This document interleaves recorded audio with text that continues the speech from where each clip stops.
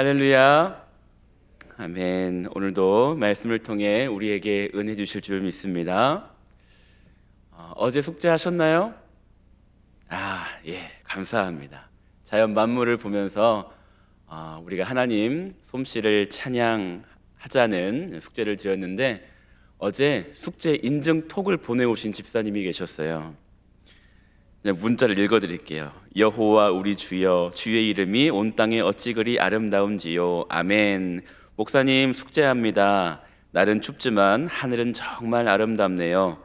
코스모스도 여태 한번 제대로 보지도 못하고 살았었네요. 꼭 찾아볼게요.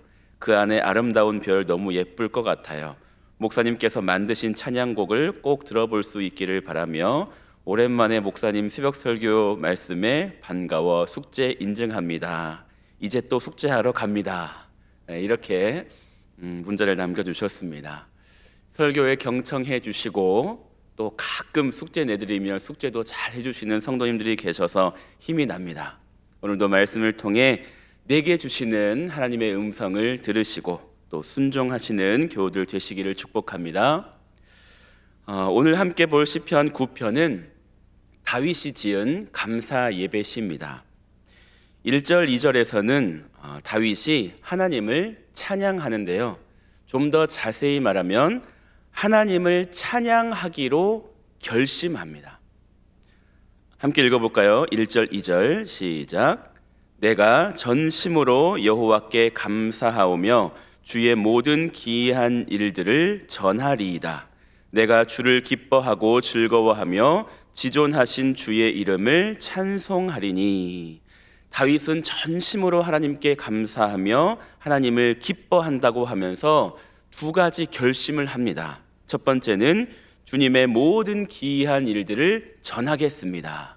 두 번째는 지존하신 주님의 이름을 찬송하겠습니다 라고 하는 다짐이에요. 여러분, 찬양과 경배라는 말을 우리가 자주 쓰죠. 찬양과 경배는 다양하게 정의할 수 있겠지만 이렇게 정의한 것을 봤습니다. 그리고 동의가 됐어요. 찬양은 하나님의 행하심을 노래하는 것이고, 경배는 하나님의 성품을 노래하는 것이다. 그러니까 찬양과 경배는 하나님이 나에게 어떠한 일을 행하신 분이신가를 이야기하는 거고, 경배는 하나님의 성품이 어떠한 분이신가라는 것을 노래하는 것이라는 거예요. 그래서 크고 작은 질병에서 고침을 받은 분이 계시다면 하나님을 이렇게 노래할 수 있겠죠. 하나님은 나의 치료자이십니다. 또 인생의 역경 가운데서 빠져나온 사람은 이렇게 노래할 수 있을 거예요. 하나님은 나를 인도하시는 목자이십니다. 하나만 더 해볼까요? 늘 죄 짓고 허물 많은 형편없는 나를 늘 기다려주시고 품어주시고 용서하시는 하나님을 이렇게 고백할 수 있겠습니다. 하나님은 사랑이십니다. 하나님은 긍휼이 많으신 분이십니다. 이렇게 내게 행하신 일들을 찬양하고 하나님이 어떠한 분이신지를 찬양하는 것, 이것이 우리가 해야 할 핵심 메시지입니다. 여러분도 전심으로 드리는 감사가 있으신가요? 여러분은 어떤 하나님을 찬양하며 살아가십니까?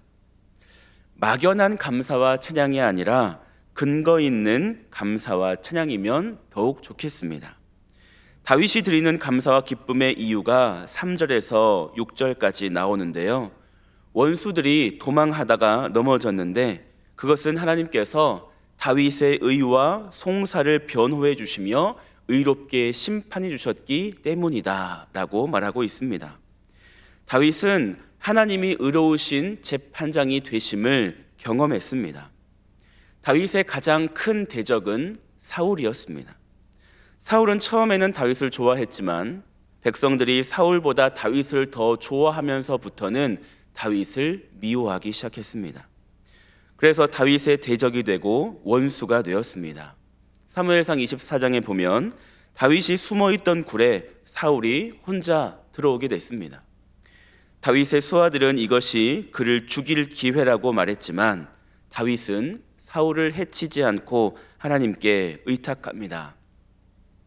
여호와께서는 나와 왕 사이를 판단하사 여호와께서 나를 위하여 왕에게 보복하시려니와 내 손으로는 왕을 해하지 않겠나이다.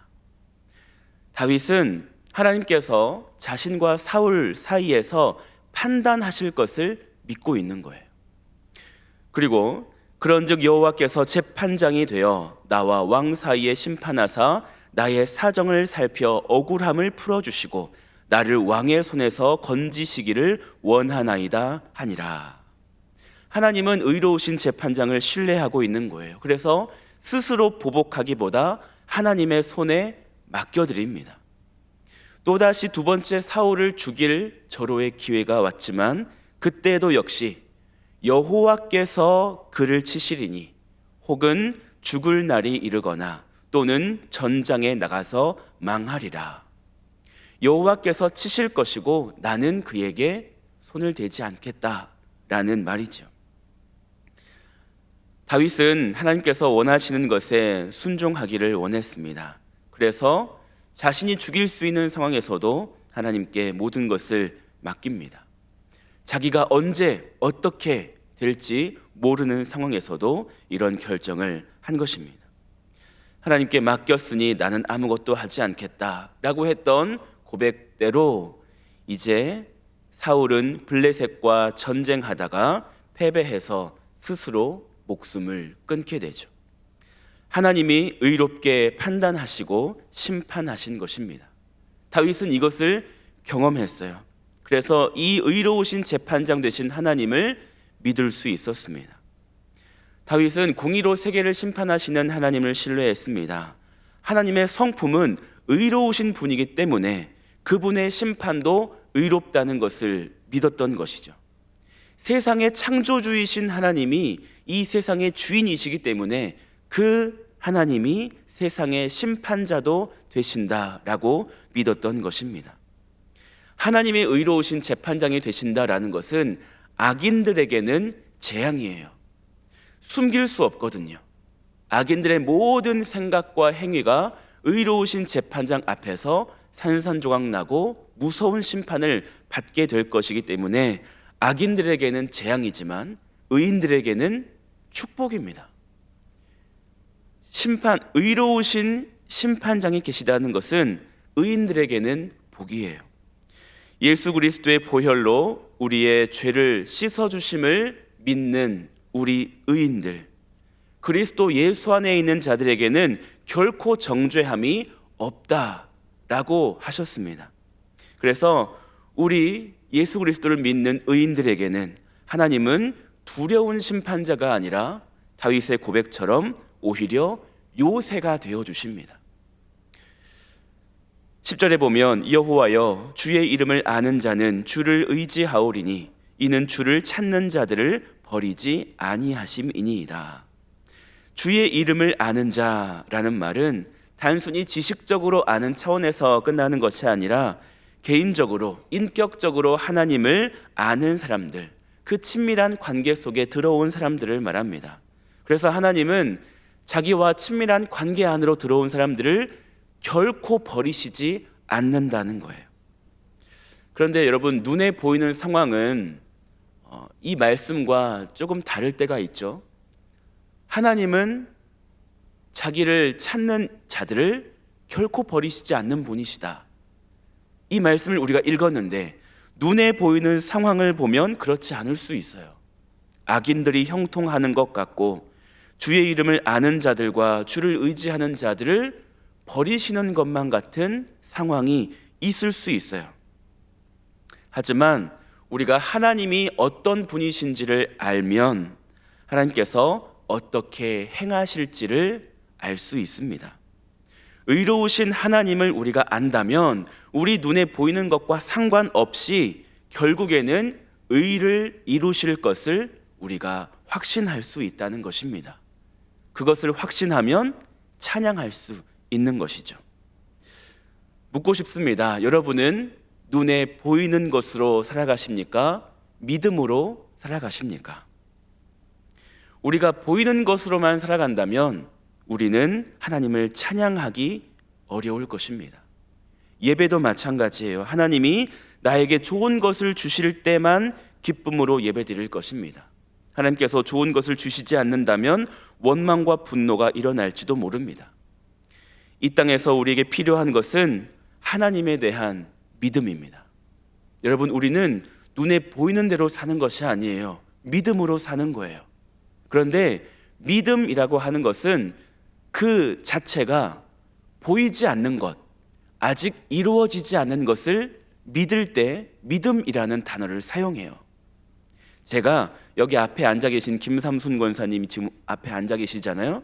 그런데 눈으로 보면서 저는 김삼순 권사님이 여기 앉아 계신 것을 믿습니다 라고 얘기하는 건 이상해요. 그렇잖아요. 아니, 눈에 보이는데 보고 있습니다 라고 하면 되지, 믿는다라고 할 게 아니거든요. 그렇기 때문에 믿는다라고 하는 것은 보이지 않는 것, 아직 이루어지지 않는 것을 이야기할 때 믿음이라고 얘기해요. 하나님은 눈에 보이시지 않죠? 근데 하나님이 이곳에 우리와 함께 계신 것을 믿습니다. 이것은 적용이 되는 거예요. 그리고 아직 오지 않았지만 내일도 하나님이 나와 함께 하실 것을 믿습니다. 내일도 여러분이 이 자리에 건강한 모습으로 와서 앉아 계실 것을 믿습니다. 이것은 믿음이에요. 아직 이루어지지 않은 것. 그런데 내가 뻔히 보고 있는 것을 보고 있으면서 믿습니다 라고 하는 사람은 없다는 거예요.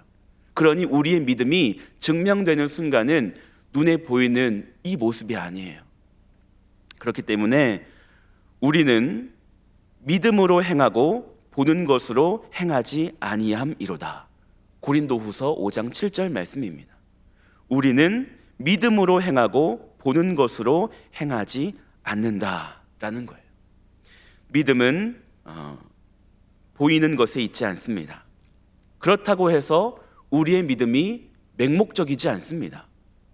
보이지 않는다고 해서 아무 근거 없이 믿는 게 아니에요.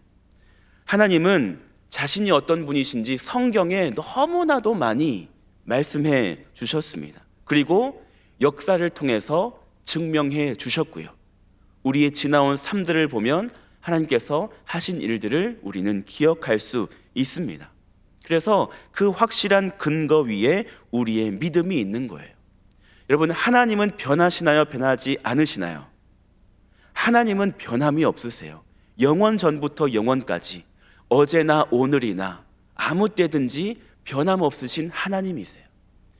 어제는 의로우셨는데 오늘은 불의하신 하나님이 결코 아니시기 때문에 우리가 성경에서 읽었던 하나님의 성품, 우리가 역사 속에서 만난 하나님의 성품, 내 삶 가운데 일하셨던 하나님의 성품은 여전히 동일하실 거라는 거예요.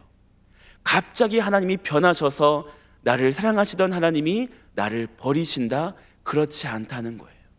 여러분, 하나님이 어떤 분이신지 알아가기를 힘쓰시기를 바랍니다. 그래야 여러분의 믿음이 단단해지고 완전해지는 것입니다. 근거 없이 하나님 계시대, 다른 사람의 말만 듣고 믿지 마시고 여러분이 직접 성경 가운데 기록된 하나님의 성품을 읽고 믿으시고, 그래서 확실한 근거 위에 하나님을 섬기시기를 바랍니다. 그래서 다윗처럼 하나님, 내가 전심으로 하나님께 감사하겠습니다. 왜냐하면 하나님은 지금까지 나의 삶에 역사하셨고 앞으로도 나를 보호하실 나의 피난처가 되실 것이기 때문입니다. 그래서 나는 감사할 수밖에 없습니다. 그리고 하나님을 찬양하겠습니다. 나를 위해 하신 일들을 다른 사람들에게 다 말하겠습니다. 이렇게 주 안에서 기뻐하고 감사하며 높으신 하나님을 찬송하겠다고 거룩한 결단을 이 새벽에 다시 한번 하시는 여러분들 되시기를 바랍니다. 시편 9편의 뒷부분은 공의로우신 하나님을 생각하면서 기도하는 장면입니다. 다윗은 어려운 상황에서 자기에게 필요한 것이 하나님의 은혜라고 말합니다. 13절에 보면 여호와여 내게 은혜를 베푸소서. 다윗은 다른 인간의 도움이나 다른 것보다 가장 필요한 것은 여호와의 은혜였습니다. 여러분, 은혜, 하나님의 은혜는 우리에게 당연한 것인가요? 자, 하나님은 우리에게 당연히 은혜를 베푸셔야 하는 분인가요? 우리는 은혜를 당연한 것으로 여기는 경향이 있어요. 누군가는 이런 말을 하더라고요. 사람은 무엇이 됐든지 양이 많으면 가치를 모른다. 양이 많으면 가치를 모른다. 여러분, 우리 공기의 소중함을 알죠? 공기가 없으면, 숨 쉴 수 없으면 몇 초 못 가서, 몇 분 못 가서 죽는다는 것을 우리는 알고 있어요. 만약에 공기가 한정되어 있다면 그 공기가 정말 소중하게 여겨질 거예요. 바닷속에 들어갔는데 산소통 한정이 돼 있으면 그게 소중해서 아껴서 숨을 쉴 거예요. 그렇죠? 그런데 공기가 많으면 소중함을 잘 몰라요.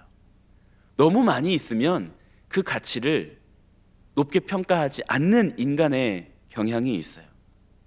내가 돈이 너무 없으면 이것을 어떻게든 이 가치가 소중해서 아껴 쓰는데, 돈이 많으면 그냥 조금씩 나가는 거 대수롭지 않게 여기는 것처럼, 하나님은 하루하루 우리에게 은혜를 베푸시는데 그 은혜가 너무나도 많다 보니 그 가치를 모르고 살 때가 많아요. 여러분, 오늘 아침에 눈 뜨고 일어날 수 있는 것도 하나님의 은혜잖아요.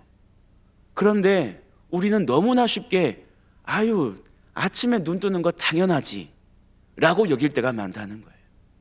여러분, 하나님의 은혜는 당연하지 않아요.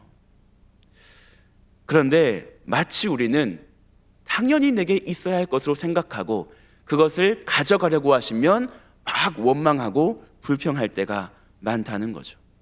여러분, 우리는 마땅히 받아야만 하는 그런 사람들이 아니에요. 우리는 하나님의 은혜를 받기에 너무나도 부끄러운 사람들 아닌가요? 어쩌면 은혜는 우리에게 있어야 당연한 것이 아니라 우리에게 없어야 당연한 것일지도 모릅니다. 이렇게 하나님 앞에 매일매일 순간순간 죄를 짓는 이 죄인을 하나님께서 사랑하시고 은혜를 베푸신다고요? 이것은 당연한 것이 아니에요. 그래서 다윗은 겸손하게 낮은 자세로 다시 한번 하나님께 요청하는 거예요. 하나님, 나에게 은혜를 베풀어 주시옵소서. 그리고 그 은혜를 구하는 다윗은 궁극적으로 이 은혜를 구하는 이유가 있어요. 단지 고통에서 벗어나는 것만이 다윗이 원하는 것이 아니었습니다.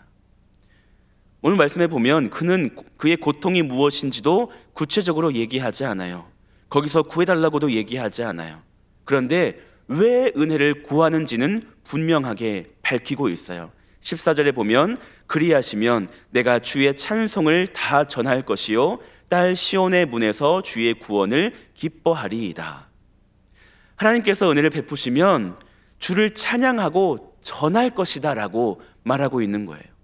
딸 시온이라는 것은 나중에 이사야서, 예레미야서에서도 자주 등장하는 시적 표현인데 바로 예루살렘과 그 안에 살고 있는 백성들을 가리키는 말입니다. 그래서 예루살렘 성문에서 공적으로 모든 사람들에게 주의 구원을 기뻐하고 전할 것이라 라고 말하고 있는 거예요. 그러니까 다윗은 고통에서 구해달라고만 하는 것이 아니라 주를 찬양하고 주님의 구원을 기뻐하고 전하고 싶습니다. 나에게 은혜를 베풀어 주시옵소서 라고 고백하는 거예요. 여러분, 무엇이 다른지 아시겠어요? 고통 중에 있을 때 하나님, 이 고통이 너무나 심하니까 나를 좀 구해주세요 라고만 구하는 것이 아니라 하나님을 찬송하고 싶어요.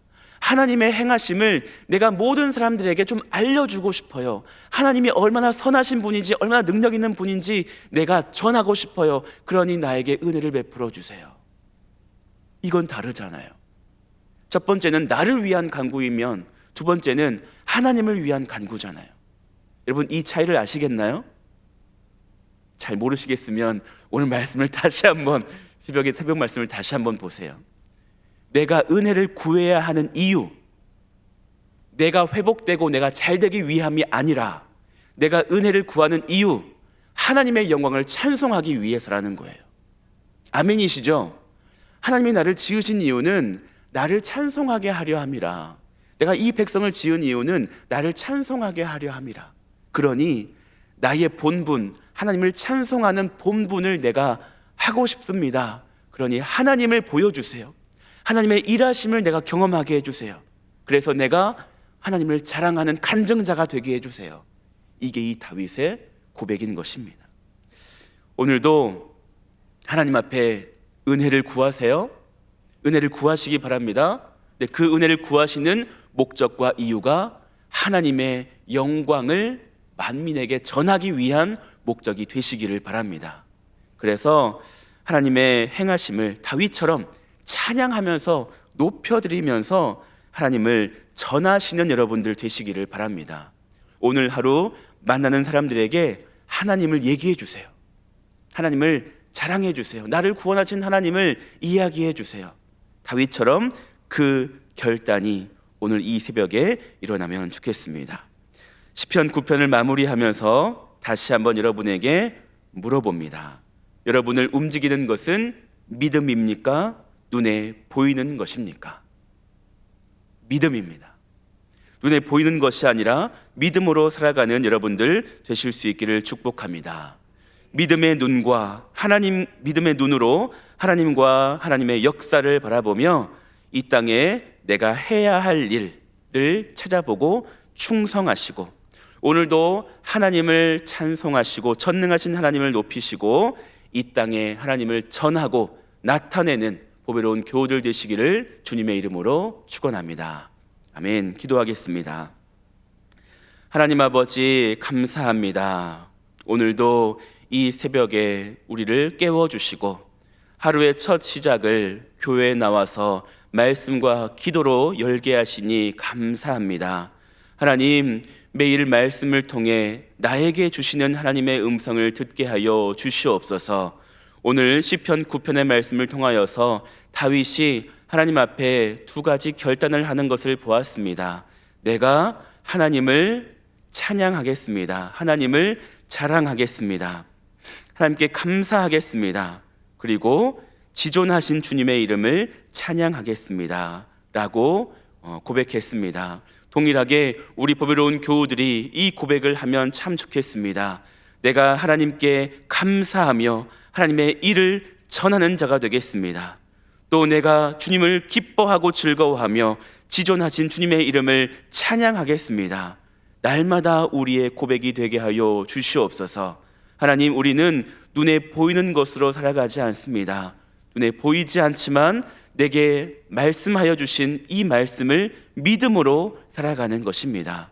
하나님, 눈에 보이는 환경 때문에 하나님께 원망하다가 다시 감사하다가 또 불평하다가 감사하기를 반복하는 자 되지 않게 하여 주시고, 하나님이 나에게 어떠한 분이신지를 먼저 바르게 믿게 하셔서 어제나 오늘이나 변함없는 하나님을 굳게 붙잡고 상황을 초월하여서 하나님께 감사하며 찬양하는 보배로운 교우들 되게 하여 주시옵소서. 오늘도 만나는 모든 사람들에게 이 하나님을 자랑하게 하여 주시고 이 하나님을 같이 믿고 섬기자라고 복음의 증인으로 살아가게 하여 주시옵소서. 하나님, 오늘도 우리 보배로운 교우들 주어진 자리에서 예배하게 하여 주시고 충성하게 하여 주시옵소서. 특별히 우리 수험생들을 붙잡아 주시옵소서. 이제 시험 하루 남았습니다. 하나님, 이제 모든 것을 하나님께 맡겨드려야 한다는 것을 그들이 알게 하여 주시고 자신이 지금까지 공부해 왔던 지식을 의지하지 않게 하여 주시고 하나님을 의지하는 기도를 드릴 수 있게 하여 주시옵소서. 모든 앞길을 하나님께 맡겨드리며 하나님을 위한 비전 가지고 나아갈 수 있는 수험생들 될 수 있도록 도와주시고 내일 가장 최상의 컨디션으로 침착하게 문제 하나하나 잘 풀어가며 좋은 결과를 얻어서 주님께 영광 올려드릴 수 있는 수험생들 되게 하여 주시옵소서. 우리 다임 목사님 사모님 필리핀에서 사역 중에 계십니다. 하나님, 건강 주시옵소서. 성령 충만케 하여 주시옵소서. 오늘도 만나는 모든 사람들에게 하나님의 말씀을 바르게 증거하실 수 있도록 힘을 더하여 주시옵소서. 그래서 그곳에 모인 선교사님들이 다시 한번 성령으로 충만케 되어서 맡겨주신 선교의 사명을 끝까지 감당할 수 있도록 위로와 격려의 말씀, 능력의 말씀이 오늘도 선포되게 하여 주시옵소서. 하나님, 다니엘 기도회가 은혜 가운데 진행되고 있습니다. 우리의 육체는 피곤할지라도 우리의 영은 더욱더 건강해지게 하여 주시고 우리의 영은 더욱더 주님 앞에 굳건히 서게 하여 주시옵소서. 그래서 한국교회가 바로 서서 이 나라, 이 민족을 변화시킬 수 있는 능력을 가진 교회가 되게 하여 주시옵소서. 하나님, 오늘도 하나님 앞에 예물 올려드리는 손길이 있습니다. 받으시고 축복하여 주시고 삶에 오늘도 넘치는 은혜로 채워 주시옵소서. 오늘도 평상에서 주님께 부르짖는 우리 환우들, 그 기도를 들으시고 주여 불쌍히 여기시고 속히 회복시켜 주시옵소서. 그 회복시켜 주심을 통하여서 하나님을 자랑하게 하시고 하나님께 모든 영광 올려드리게 하여 주시고 많은 사람들에게 하나님이 나를 낫게 하셨다라고, 주님이 나의 치료자시라고 그렇게 담대하게 전할 수 있는 주님의 증인으로 살아갈 수 있도록 회복의 은혜, 치유의 은총을 베풀어 주시옵소서. 모든 감사를 주께 올려드리며 예수 그리스도의 이름으로 기도하옵나이다. 아멘.